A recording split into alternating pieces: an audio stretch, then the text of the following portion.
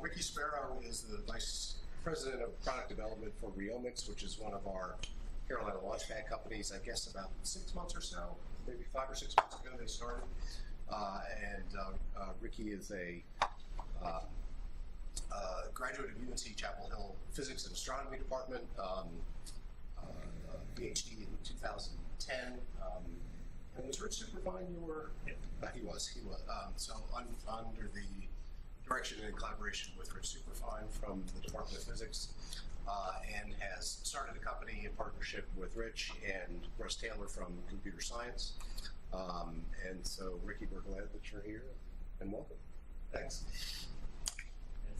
It's great to be here. I've seen a lot of you wandering around the halls, and as I've been wandering around the halls, and of course I'm right over here in the Launchpad office. And my sense is that a lot of you guys know at least one of the people up here.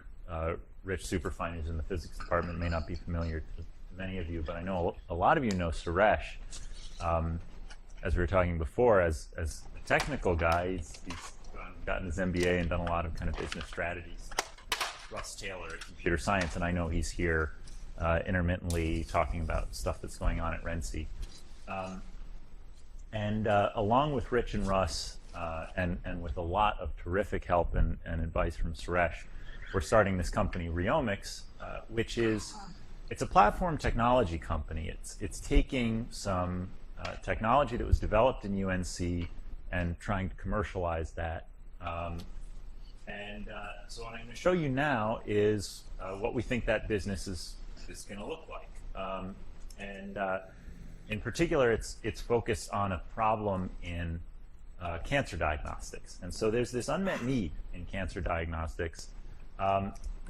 Broadly, the problem, everyone understands the problem. It's the leading cause of death in developed countries, and incidence is on the rise all over the world. The reason the disease is so deadly is because of metastasis. It's because of the formation of secondary tumor sites. That's how cancer spreads, and that is the reason it's such a deadly disease.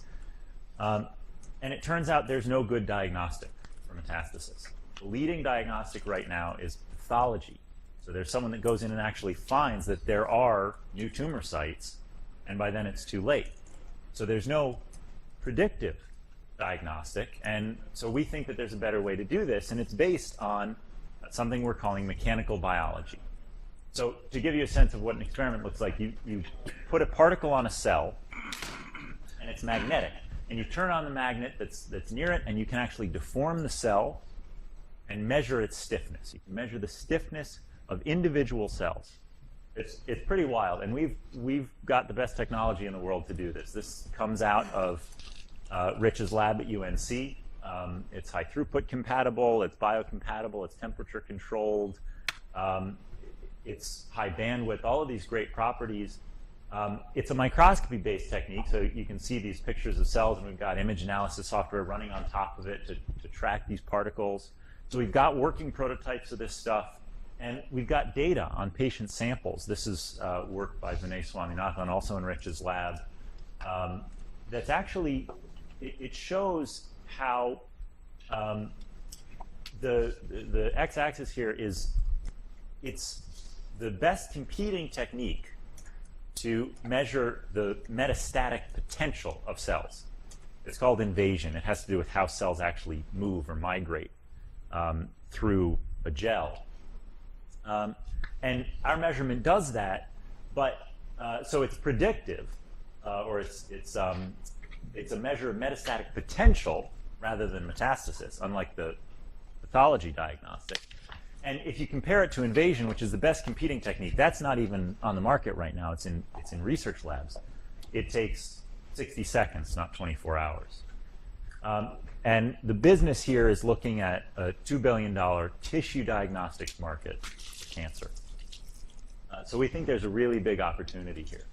And we want to build, to capture that opportunity, what we're calling a mechanical biology company. So we want to be the leader in using mechanical biology for diagnostics. And we also are going to be building tools that we want to have be the tool of choice in drug discovery and in various areas of biological research. where we think this is really powerful stuff. So our expertise on the technical side is in things like automated imaging, in real-time systems, in microscale manipulation, this actual small-scale pulling.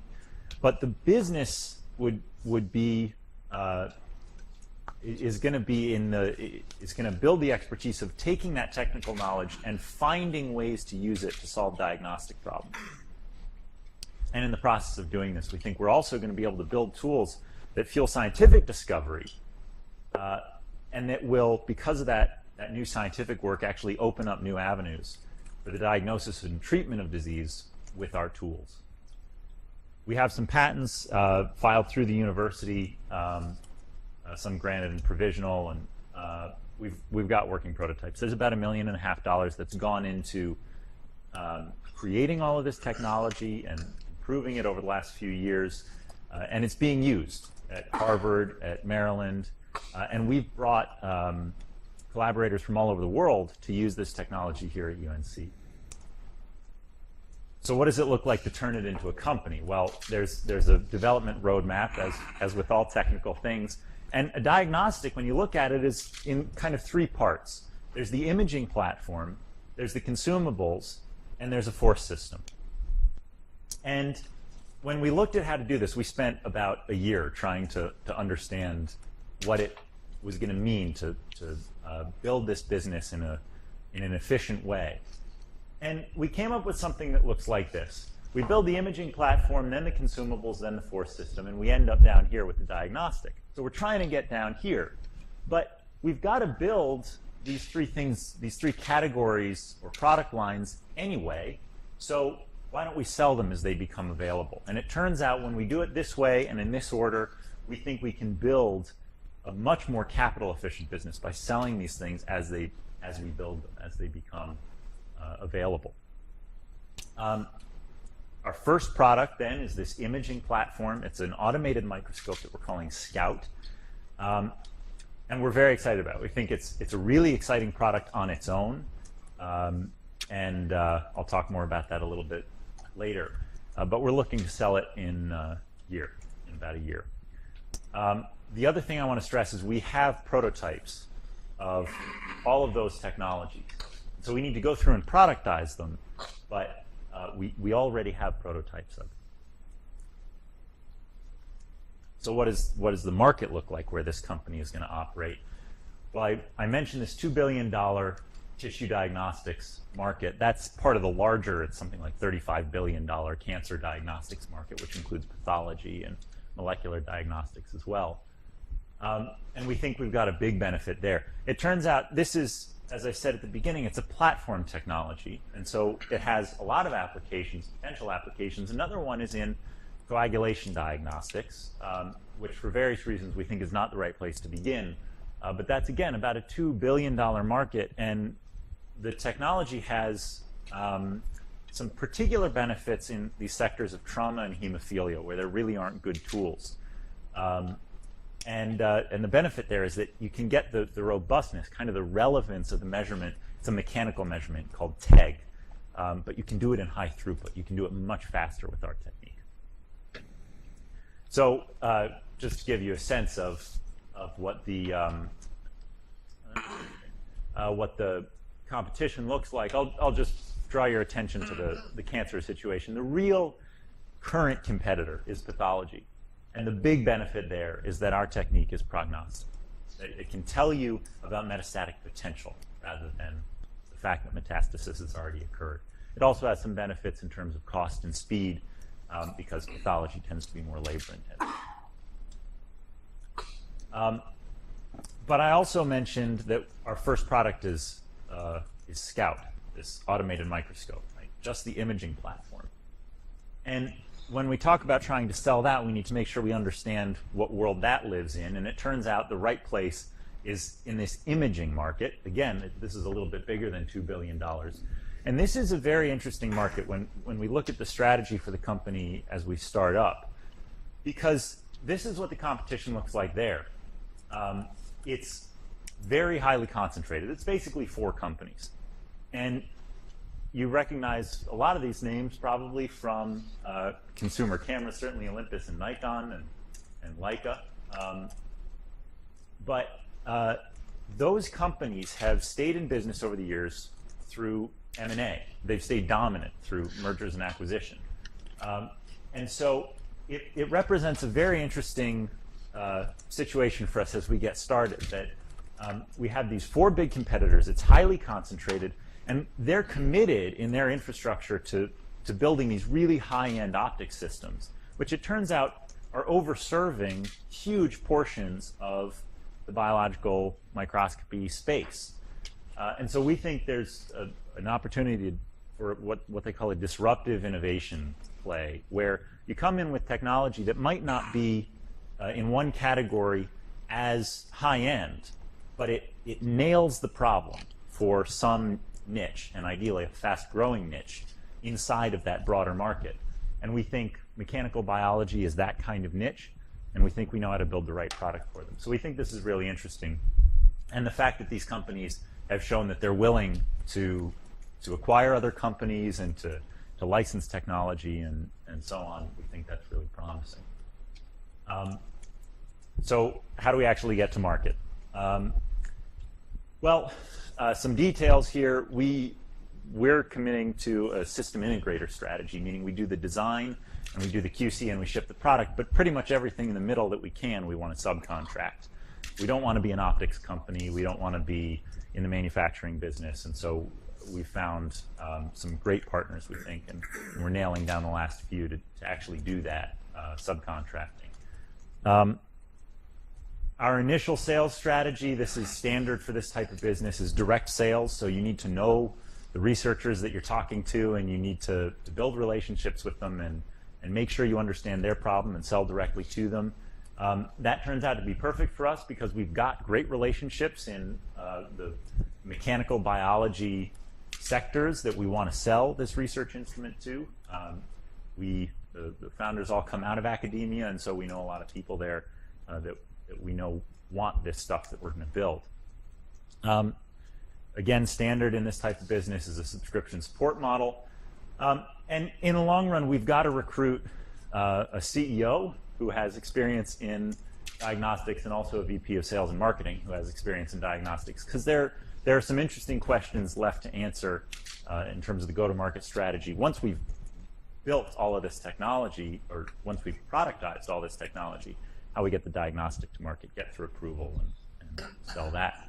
So why are we, I want to stress one other thing, why are we selling these products as we go? I mentioned before that we would sell them as they become available, and we think unit sales look something like this as we move forward. The real motivation for doing this is because it brings in early revenue. And the more revenue we can bring in early, the less money we have to raise. So the punchline here is that there's about $36 million in revenue that we're projecting from a non-diagnostics business, from selling these instruments directly to researchers, that we think is going to substantially reduce our funding requirements as we move forward. We're aiming for break-even by 2014. We think we need about $300 to $400K to launch Scout, this automated microscope. And basically all of that money needs to get used for product development. There's some other stuff around the edges, but essentially it's for product development. In terms of the team that we've got, Rich Superfine is our CEO. He's been the visionary behind saying we can take this mechanical biology technology that people are using and apply it to diagnostics. But he also wants to remain a professor, and he's looking for a permanent management. Like I said, we need a CEO with diagnostics experience. I came on actually thanks to this Kickstart Innovation Fellowship funded by the Kauffman Foundation. I came on full-time at Rheomics in February, and so it's been terrific. Between Launchpad and this fellowship, we've been able to get this great kind of running start.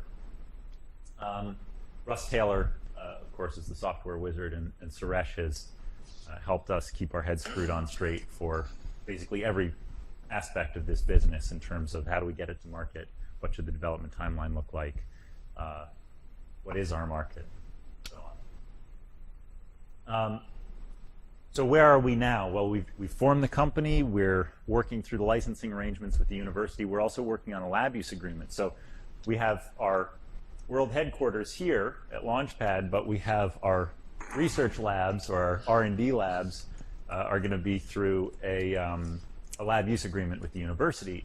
And that's actually, we think, going to be a huge benefit to both the lab and to the company, that we're going to be able to get access to some of these great resources that the university has on the technical side. And again, we're working on this early revenue strategy. So we want to build Scout and get it out the door, and start getting customer feedback on our imaging platform and start getting revenue. In terms of funding, of course, we're seeking angel funding, and that's what this pitch is about. As we go through this season, this spring, there's a lot of stuff down at the bottom: NC Idea, NC Baton. UNC runs a venture competition called Carolina Challenge. Primarily, we're going the SBIR route, but above all, we're just kind of tapping into this extraordinary community here, and we've been blown away by RENCI, by OTD, by business school, and the terrific community here. So we're rolling ahead with all of that. We'll be here at Launchpad until the end of the calendar year, and so I'm sure I'll see a lot of you guys around. Thank you.